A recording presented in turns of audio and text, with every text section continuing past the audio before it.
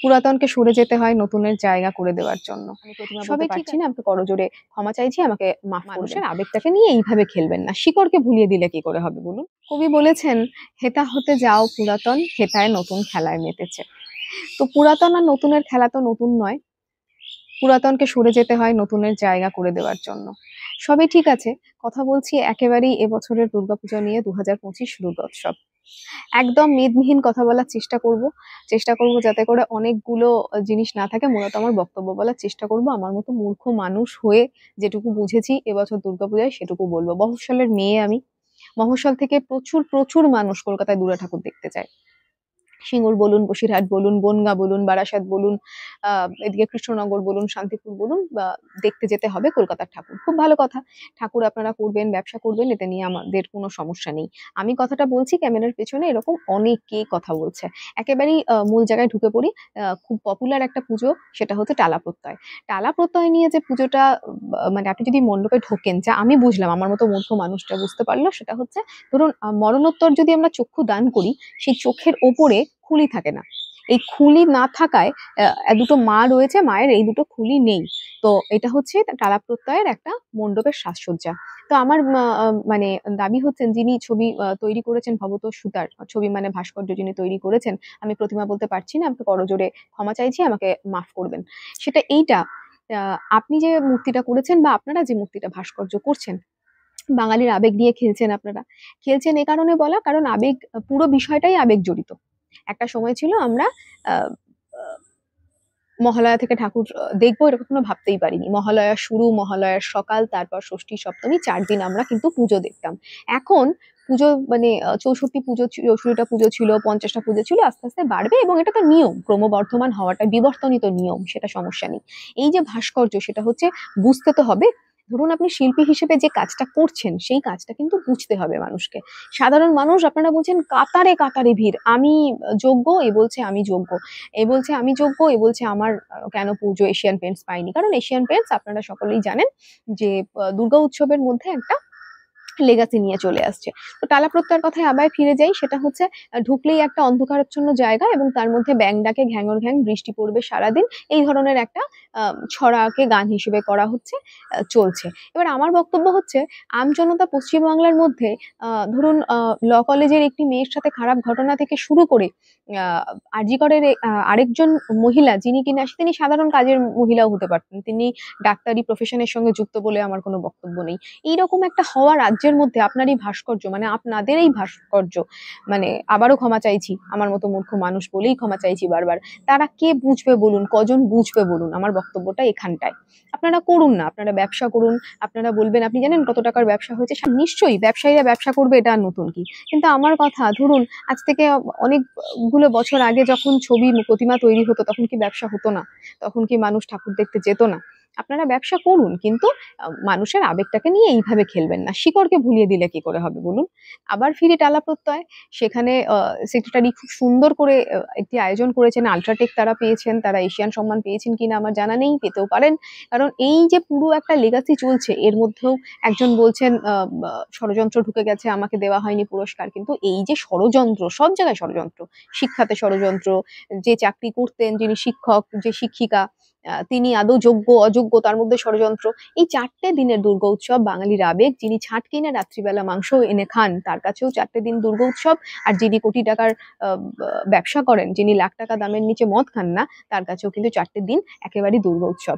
তো আমার কথা হচ্ছে, আপনাদের যে এই ভাস্কর্য, এগুলো নিয়ে আপনারা একটা প্রদর্শনী করুন না। এই ভাস্কর্য, শিল্পীর ভাস্কর্য যদি আমরা সাধারণ মানুষ বুঝতেই না পারি, তাহলে আপনারই বা কোনো কবির কবিতা যদি আমরা বুঝতে না পারি, সেটা সেল হবে কি করে? আর যদি আপনার ভাস্কর্য, শিল্পের ভাস্কর্য শিল্পী বোঝাতে না পারে আমাদের মতো মানুষকে, তাহলে আমরা গিয়ে কি করব বলুন? একটা অন্ধকার ঘরে আমরা ঢুকছি, আমি বারবার কেটে যাচ্ছে বলে কথাটা হয়তো আমার কথাতেই আমি আবার বারবার কানেক্ট করার চেষ্টা করছি। ঢুকছি সমানে ফ্ল্যাশ লাইট। শুধু ফ্ল্যাশ লাইট, মানে লাইটের পর লাইট, এবং মনে হচ্ছে অন্ধকার একটা গুহা। যে ৪ টে দিনের জন্য মানুষ জেগে থাকে, সেটা আলোর উৎসব। আলোই থাকবে। এত সুন্দর আলো, এত সুন্দর আলোর কাজকর্ম করা হয়। তো সেগুলো তো বলার কিছু অপেক্ষা রাখে না। তো সেখানে শুধুমাত্র ফ্ল্যাশ লাইট দিয়ে সমস্ত কিছু দেখতে হচ্ছে। এবং যেটা আমার বলবার, যে ছড়াটা নিয়ে মানে তৈরি করা হয়, থিমের পুজো তো এখন। তো থিম তৈরি করা হয়েছে, সেটা হচ্ছে যে এই ব্যাঙ ডাকে, জল আসে। পশ্চিমবাংলা সারাটা বছর ফ্রম নবান্ন টু সেন্ট্রাল সারাদিন এই চিন্তায় মগ্ন, সারাদিন। এবং এখন বাঙালির মাথায় ভীষণ চিন্তিত, বাঙালি ভীষণ। পশ্চিমবঙ্গবাসী ভাবছে যে সবুজ তাদের মাথার ৩ টে রং হয়ে গেছে শিরার। সেটা কিরকম? একটা সবুজ, একটা হচ্ছে গিয়ে আপনার গেরুয়া, আর কোথাও যদি রক্ত জমাট বেঁধে থাকে তার রং হচ্ছে লাল। তো এই ৩টের মধ্যে এই আপনাদের থিম বোঝার ক্ষমতা আমাদের মতো মূর্খ মানুষদের তো নেই। আপনারা আঁকুন, আপনারা করুন। এবং যে দেশে আপনার art, to be very honest, আপনাদের যে আর্ট, আপনাদের এটা তো মাস পিপলের একটা অনুষ্ঠান, তো মাস পিপলের বোঝাটার খুব প্রয়োজন রয়েছে। এমন নয় যে এর আগে এইরকম কোনো কাজ হয়নি, বা আজ থেকে অনেক দিন আগে, আমি একেবারে মাধাতার আমলের কথাও বলছি না, অনেকদিন আগে পুজো হয়নি, ব্যবসা হয়নি, এমন তো নয়। আপনারা নিজেরাও খুব কাজ করেছেন। বেসিকটাকে রেখে আপনারা ব্যবসাটা করুন। মূল বক্তব্য আমাদের মতন মূর্খ মানুষদের কাছে, আপনাদের কাছে করজোড়ে নিবেদন, শুধুমাত্র যে দুর্গোৎসব, যে মানে আবেগ মানুষের, সেই আবেগটাকে রেখে দেবেন। কাতারে কাতারে ভিড় হচ্ছে, কথাটা একদম সত্যি। কিন্তু মানুষ যে কি দেখছে আর কি বুঝছে বেরিয়ে এসে, সেটা কিন্তু কিচ্ছু বোঝা যাচ্ছে না। মানে ঢুকে জিজ্ঞেস করতে হচ্ছে, হোয়ার ইজ দ্য প্রতিমা? সেখানে কেউ দেখা যাচ্ছে না। হোয়ার ইজ দ্য ঘট? কেউ কিছু বুঝতে পারছে না। মানে আমাকে একজন বিদেশিনী জিজ্ঞেস করেছিলেন যে, ইয়োর দুর্গা ওয়ারিং সিঁদুর, রাইট? ইয়োর দুর্গা ওয়ারিং শাখা পলা, right? Your Durga wearing Banarasi sari, right? So আমি কোনো আনসার করতে পারিনি।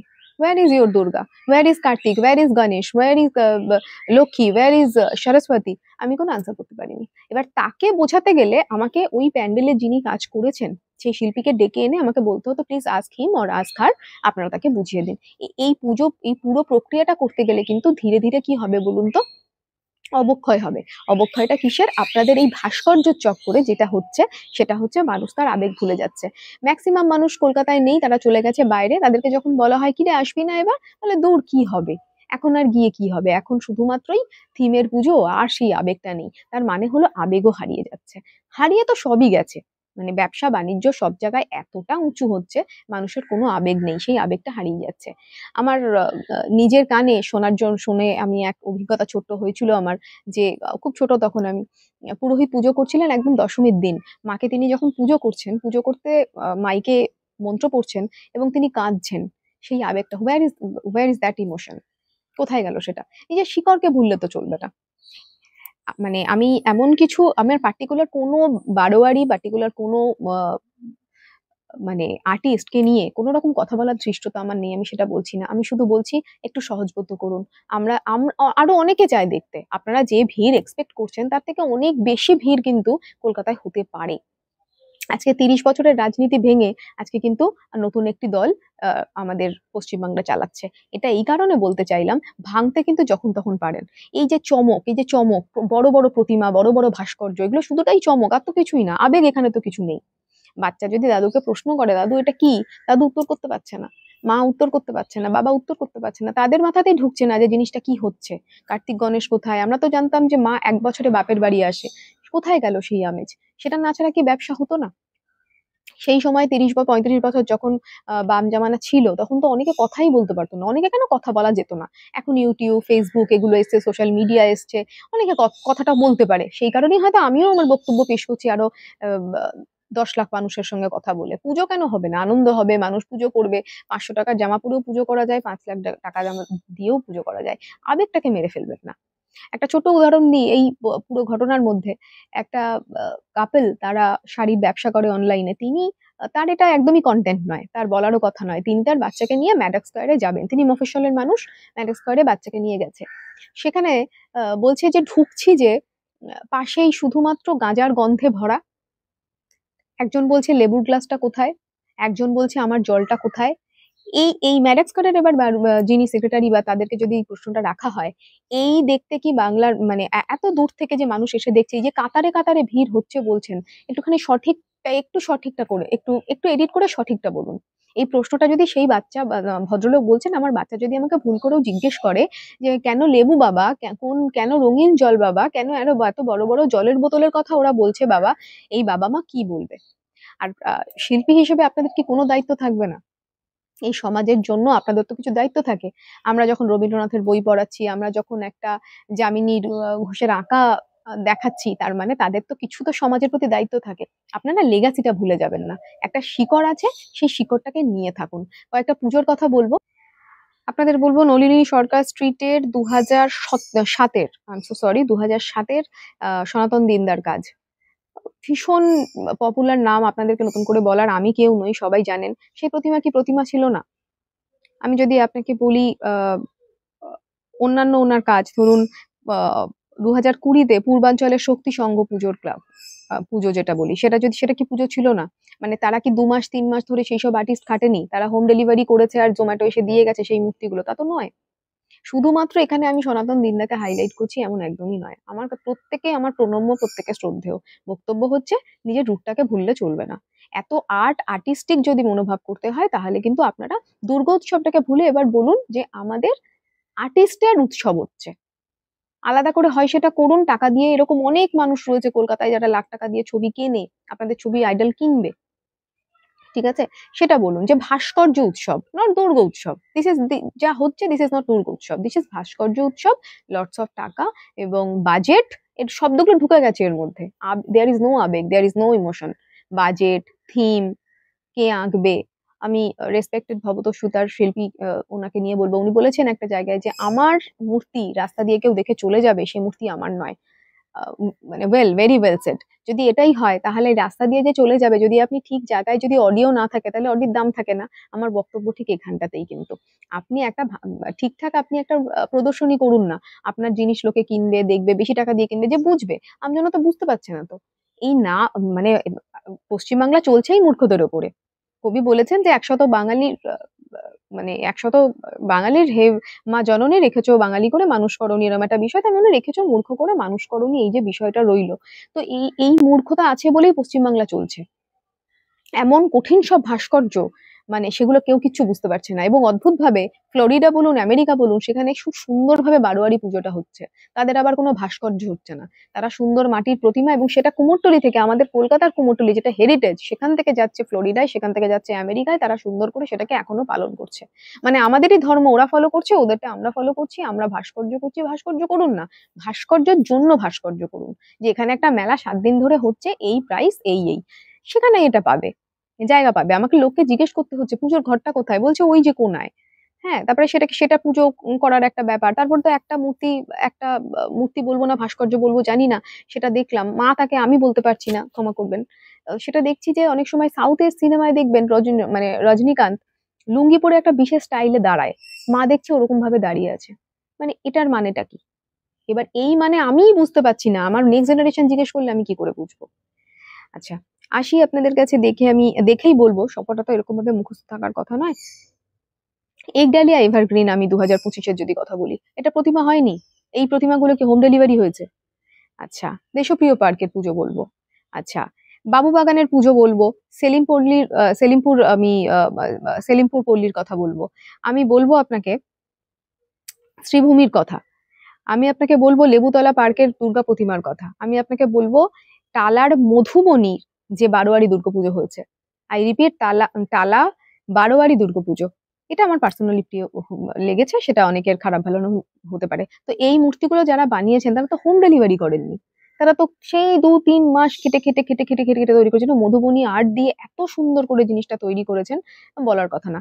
ঢাকুরিয়ার আপনি পুজোগুলো দেখুন, মানে মানে এখানে তো কিছু বলার নেই। এন্টালি কাঁঠাল বাগান। তো এই যে সব পুজোগুলো হয়েছে, তাহলে এগুলো কিভাবে তৈরি হলো? এরা শিল্পী কেউ নয়? যে উৎসব দেখতে যাচ্ছি তার নাম বাঙালির দুর্গোৎসব, 4টে দিন। এত মানুষকে মানে মানে আবার সেই ফিরে যেতে হয় টালা প্রত্যয়। মানে ঢুকছি সেখানে, মানুষকে এতটাই চিন্তামগ্ন করে দিচ্ছে, ব্যাঙ ডাকলে বৃষ্টি হয়, এগুলো হয়, এগুলো তো আমরা ছোটবেলা থেকে জানি। এগুলো আমরা মোটামুটি ছোটবেলা থেকে জানি। তো 4টে দিন তো আনন্দ করতে গেছি, এত ভাবার সময় নেই। এখন আমরা এটা বলি সিনেমা তেমন দেখো যেটা তোমাকে বেরিয়ে এসে আর ভাবাবে না।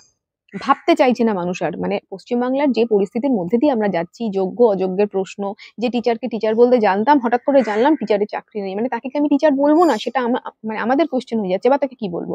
তিনিও বুঝতে পারছেন না তিনি আমাদের ছাত্র বলবেন কিনা। এই গোলযোগের মুহূর্তে আপনাদের যে ভাস্কর্য, this is not the right place বলে আমাদের অনেকের মনে হয়, বলছি শুধু আমি, এটা সেই প্লেস নয়। ঠিক বললাম যেরকম যে অডি গাড়িটাও যদি একটা ভাঙা গ্যারেজে থাকে তার কিন্তু দাম থাকে না। আপনারা করুন না, ভাস্কর্য শিল্প করুন, কোনো সমস্যা নেই। সব সাপোর্ট পাবেন এবং বিভিন্ন টালা প্রত্যয় যিনি সেক্রেটারি রয়েছেন তিনি বিভিন্ন ইভেন্ট করেন। তিনি যদি এত সুন্দর চিন্তা ভাবনা হয় তাহলে সেই ইভেন্টটাকে আরো ভালো প্রচার করুন। উনি ভীষণ ভালো করেন এবং আরো ভালো করতে, করতে, করতে সেই জায়গাটায় তার শিল্পের ছোঁয়াটা ঢোকান। যে শিল্পটা মানুষ বুঝতেই পারছে না, একটা পুরস্কার। তার মধ্যে এশিয়ান পেইন্টস এবং আরো যা পেইন্টস রয়েছে সেখানেও মানে সে পারলে মারামারির অবস্থা চলে আসে। মারামারি চলছে, বলছে আমার বিরুদ্ধে ষড়যন্ত্র হচ্ছে। আরেকটা পুজো নিয়ে আমি কথা বলছি। তো এর মধ্যেও ষড়যন্ত্র। হোয়ার ইজ দ্য আনন্দ? Where is the celebration? আনন্দটা কোথায় হচ্ছে? মানুষ তো আনন্দ করতে চাইছে। এই চমক, এই কিছু, এগুলো তো খুব সাময়িক। চমক তো খুব সাময়িক। আমি রমেশচন্দ্র পালের কথা বলবো। বহু যুগ আগে যখন আমার বাবা দাদুরা রমেশচন্দ্র পালের কথা বলতো, আমি তার কথা বলবো। তার দুর্গা প্রতিমার চোখের জন্যই আলাদা একটা ব্যাপার ছিল। আপনারাও এখন করুন না। এর চোখ, এর ঠোঁট একটু যদি এরকম করেন, এই মা না আজকে খুব রেগে আছে, তাহলে মায়ের মুখটা কেমন হতো? মা না আজকে একটুখানি বেশ খুশি খুশি, তাহলে মায়ের চোখটা কেমন হতো? আপনারা এভাবে করুন না। আর ভাস্কর্য উৎসবও আরেকটা করুন। রুটটা ভুলে যাবেন না, কারণ পরবর্তী প্রজন্মের দায় কিন্তু শুধুমাত্র আমাদের ফ্যামিলির না, শিল্পী হিসেবে আপনাদের কিন্তু দায়বদ্ধতা থেকে যায় যে আপনারা পরবর্তী প্রজন্মকে জানাবেন এটা কিন্তু আমাদের পুজো, এটা আমাদের দুর্গা উৎসব। লেগাসি ভুললে চলবে না, রুট ভুললে চলবে না। আর এই চমকের যে কথা বলছেন, যে বিষয় আপনারা তৈরি করার চেষ্টা করছেন, একটা ছোট্ট কথা বলবো, খুব ছোট মূর্খ মানুষ হয়ে বলবো, সেটা হচ্ছে বিষয় তৈরি করার চেষ্টা করবেন না। নিজেদেরই একদিন কিন্তু বিস্মিত হয়ে যেতে হবে।